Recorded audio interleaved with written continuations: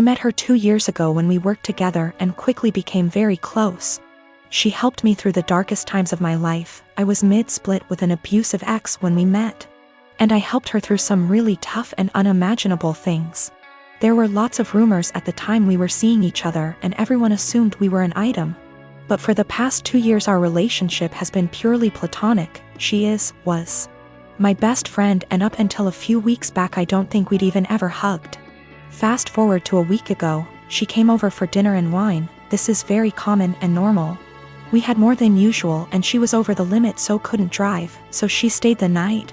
We slept in the same bed but apart and no physical contact again. It was completely normal and just as expected. We somehow didn't get up and ended up staying in bed until 10 p.m. the next day just talking. Sometime during that evening she got upset about something going on in her life. I rubbed her back while telling her everything will be okay, and then we just cuddled. Probably the first bit of real physical contact between us, but nothing was sexual. Didn't feel weird and she went home and it was all okay. This last weekend we had a hiking holiday planned, where we'd be sleeping in her van. She has a converted Transit.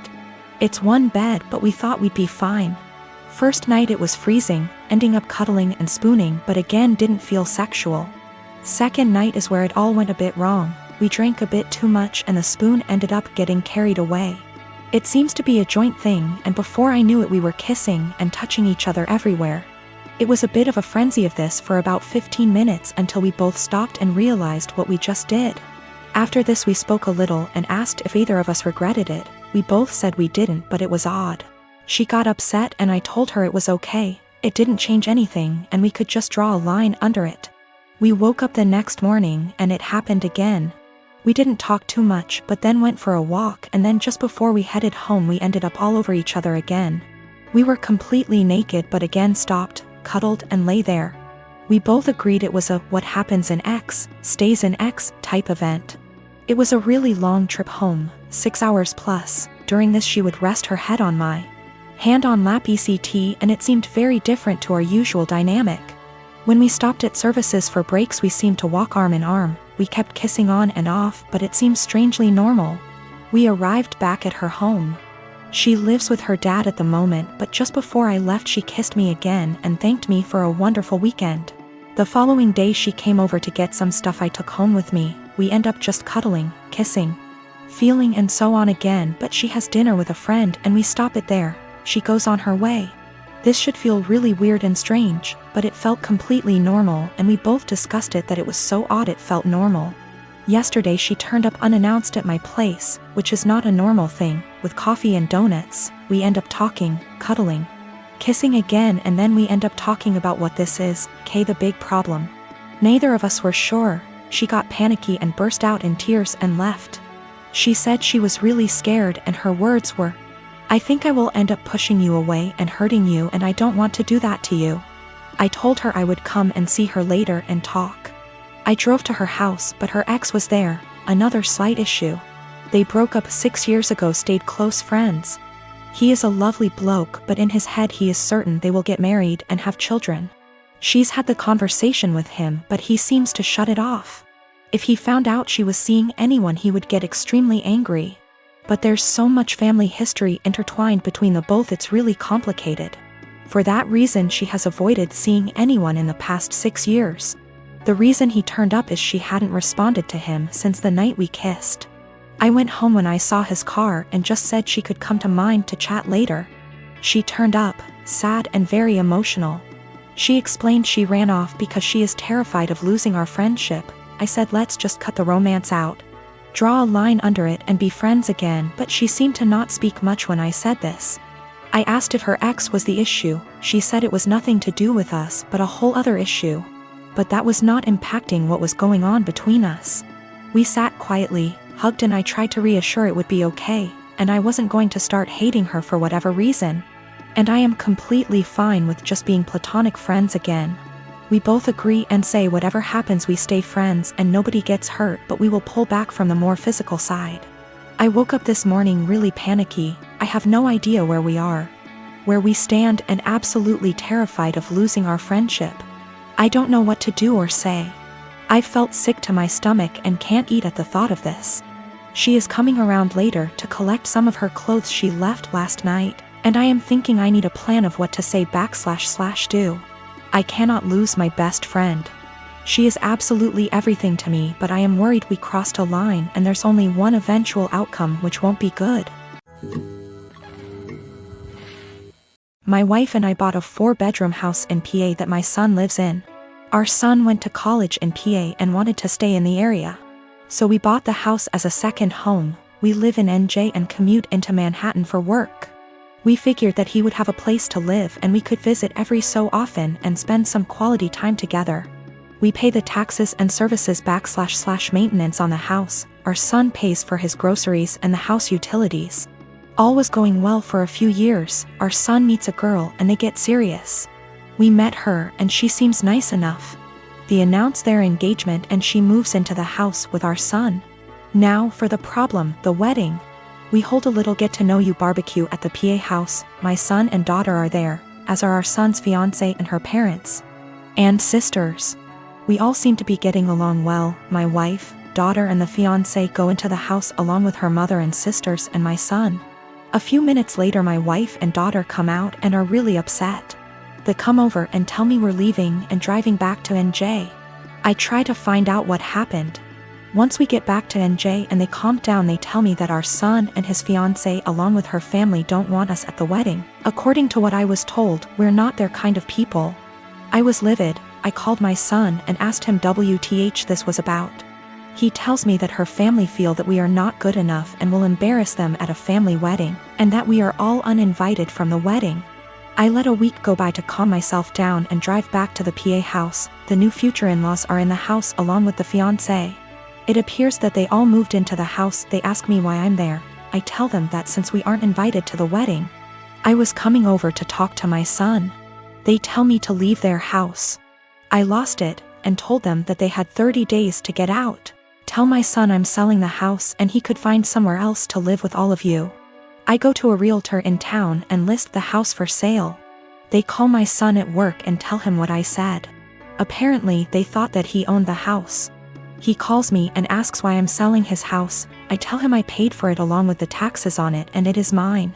He was living there rent-free, but since he doesn't want us in his new life, he has to get out. I tell him the same as I told his future in-laws. They have 30 days to get out, then I'll get a lawyer and get them evicted. Am I the for taking a hard stance on this? He is my son, but the in-laws seem to take over and we no longer count. My friend came to me yesterday at lunch with screenshots of my boyfriend's Tinder profile. The pictures were all old photos, so I confronted him immediately, expecting to hear something like, "Yeah." I forgot to delete that. Which is cool.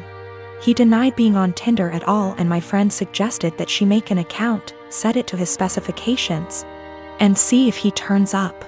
And there's his profile. So, this means that my boyfriend has been active on Tinder within the past 2 weeks. I confronted him with this and he changed his story. Now he's saying that his friend has been using his account.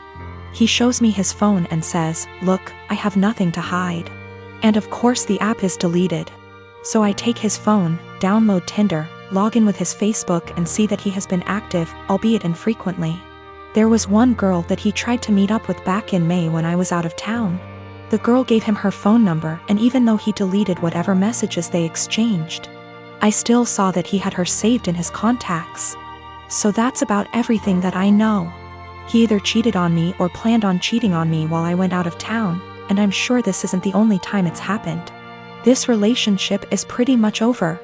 He is swearing up and down that it's not true. He doesn't use Tinder and he doesn't know this girl.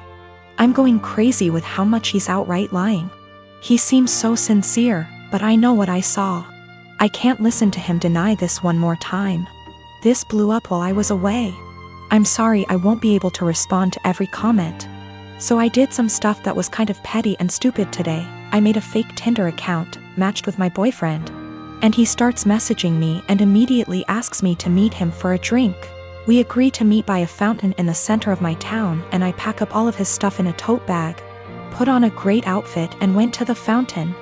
I stood kind of out of the way of the fountain in the shadows where I could watch the street that I knew he'd be arriving from. I was devastated, but I figured this way I could catch him without a doubt and end things quickly. All the time, he's messaging this girl on Tinder. But he didn't show up. 2 of his roommates did. We didn't speak, I don't know them well, but they watched me for a while. Figured out what was going on after a few more Tinder messages, and left quickly. So I wait a few minutes and I call my boyfriend and ask him where he's at. He says he's just gotten off of work and he's going to meet his roommate for a drink. I confront him with the fake Tinder profile and he's dumbstruck and furious with his roommate, who he swears up and down is behind all of this. I'm at home now, just emotionally exhausted and confused. Whatever is going on with his roommates is super sketchy and creepy. Up until this point my boyfriend and I had a great relationship. Really, no red flags anywhere. If I had already been suspicious that he was cheating, this would be a much easier break for me. The most recent message on his Tinder account, when I checked it yesterday, was sent to a girl he had matched with before we met. It said, "Would you want to meet up with my friend?" My boyfriend is the kind of person whose iPhone passcode is 0000. I wouldn't be surprised if his roommates did know all of his passwords. So, his Tinder account is still matched with my fake profile. To me, that indicates that he probably isn't the person operating the Tinder profile. If it were him, wouldn't he have blocked the fake profile immediately? A lot of people have said that he probably sent his roommates to check things out for him. I can't write that off entirely, but my gut says that it isn't true. I just don't think it's very likely. When it comes to his roommates, I'm very concerned that they have been using his profile to trick women into meeting with them. The fact that his profile hasn't been deleted makes me worry that my boyfriend is in on this. So that's about where I'm at right now. I'm worried that all of them are working together to, at best, scam women, at worst, assault them, and my boyfriend is at least passively involved. Either way, I feel some responsibility to do a little more digging. I am a 39-year-old male, and I lost my son in 2019 due to a chronic heart condition. He was 15 years old. It was devastating and I just couldn't take it, especially when my family did little to nothing to support me during these difficult times. They didn't bring my son meals when he was at the hospital. They didn't let me go home and rest even for a few hours. They didn't take care of other things while I had a lot to deal with. I wasn't offered any help, just words. They'd just talk but do nothing. Despite the struggle, I've created an account for my son's college fund and kept putting whatever I could get at the time, and my son would talk about that a lot. He was depressed but always believed that he was going to get better and continue his education and attend college. I started saving money to keep him motivated and to make him feel like he could be like any other kid with hopes for a good future. He had a very close friend that's about the same age as him. They were friends for 5 years, and I can't express how his presence in my son's life helped him through the worst days. Sometimes his friend would spend the night with us and try to get my son to do activities and lighten up his mood all the time.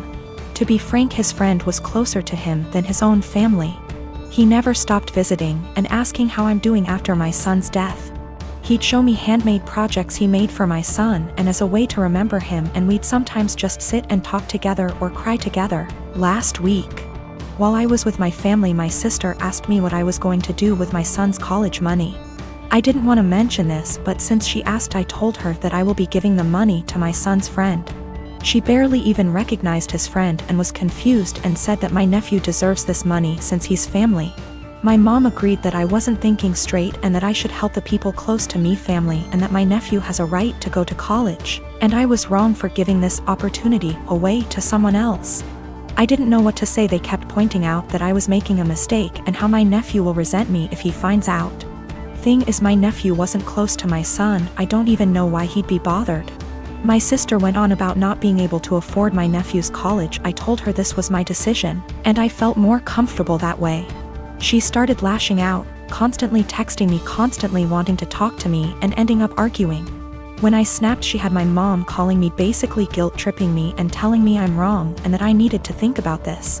It's just too much pressure and I'm feeling lost and unable to figure out how to deal with this.